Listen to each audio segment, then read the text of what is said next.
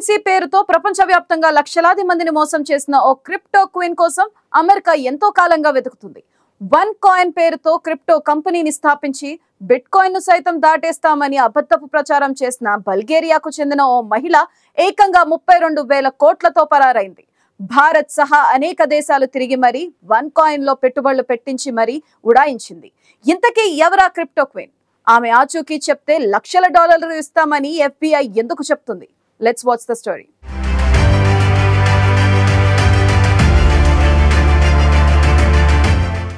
రుజా ఇగ్నటోవా ఈ బడా స్కామ్స్టర్ కోసం అమెరికా కొన్నేళ్లుగా వెతుకుతోంది. FBI టాప్ 10 మోస్ట్ వాంటెడ్ లిస్టులో ఉన్న రుజా ఆచూకీ కోసం FBI భారీ రివార్డును సైతం ప్రకటించింది. ఆమె ఆచూకీ చెప్పిన వారికి సుమారు $1,00,000 ఇస్తామని తెలిపింది. 2014లో రుజా క్రిప్టో కరెన్సీలో 32,000 కోట్ల స్కామ్ చేశారు. దీంతో అప్పటి నుంచి ఆమె కోసం వెతుకుతూనే ఉన్నారు. వన్ కాయిన్ పేరుతో 2014లో రుజా క్రిప్టో కరెన్సీ తీసుకొచ్చినట్టు ప్రకటించారు.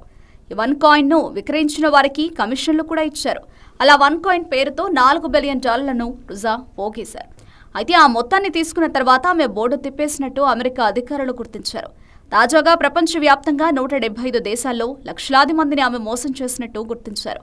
ఆమెకు బల్గేరియాకు చెందిన డ్రగ్స్ ముఠాతో సంబంధాలు ఉన్నట్లు తేలింది.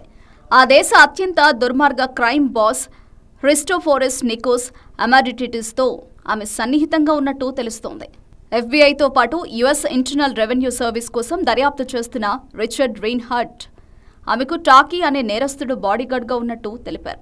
ఆమె తన బాడీగార్డ్తో బల్గేరియా నుంచి ఏథెన్స్కు వెళ్లిందని, ఆ తర్వాత టాకీ మాత్రమే తిరిగొచ్చాడని రిచర్డ్ తెలిపారు.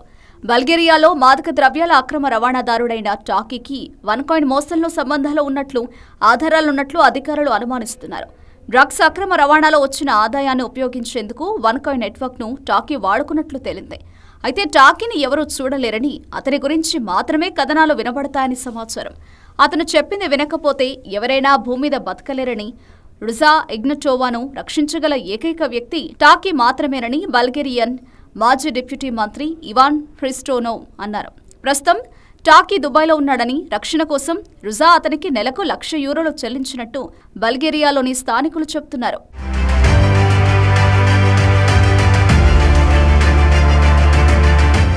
మరోవైపు రుజా ఇగ్నటోవాను టాకీ హత్య చేశాడనే ఊహాగానాలు వినిపిస్తున్నాయి. బల్గేరియాలోని కొందరు స్థానికులు రుజా చనిపోయిందంటున్నారు.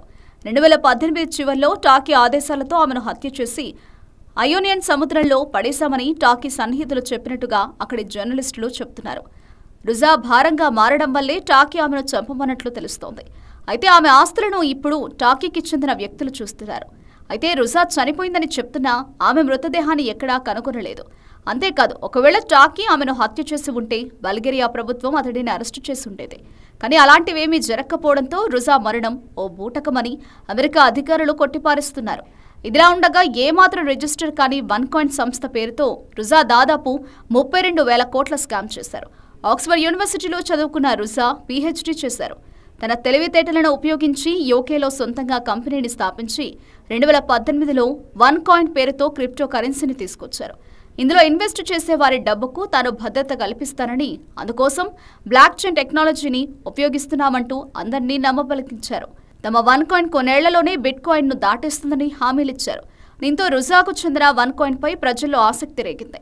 దీంతో బిలియన్ల కొద్దీ డాలర్లను ఇందులో పెట్టుబడులుగా పెట్టారు.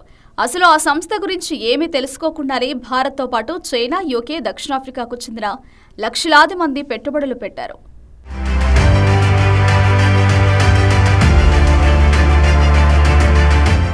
భవిష్యత్తులో వచ్చే ఆర్థిక మాంద్యం నుంచి తప్పించుకోవడానికి డిజిటల్ కరెన్సీ అవసరమంటూ రుజా తన వన్ కాయిన్ ను ప్రమోట్ చేసుకున్నారు.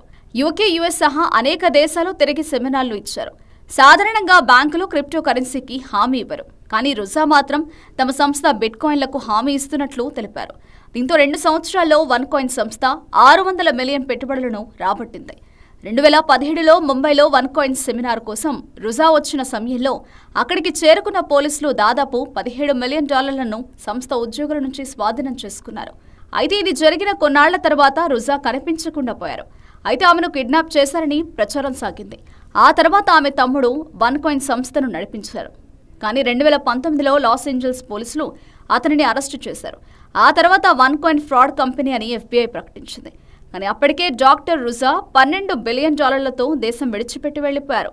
అయితే ఇన్వెస్టర్లకు క్రిప్టో కరెన్సీ అని చెప్పిన రుజా అతి తెలివిగా వారి వద్ద నుంచి $1 బిలియన్ డబ్బును కొట్టేసింది.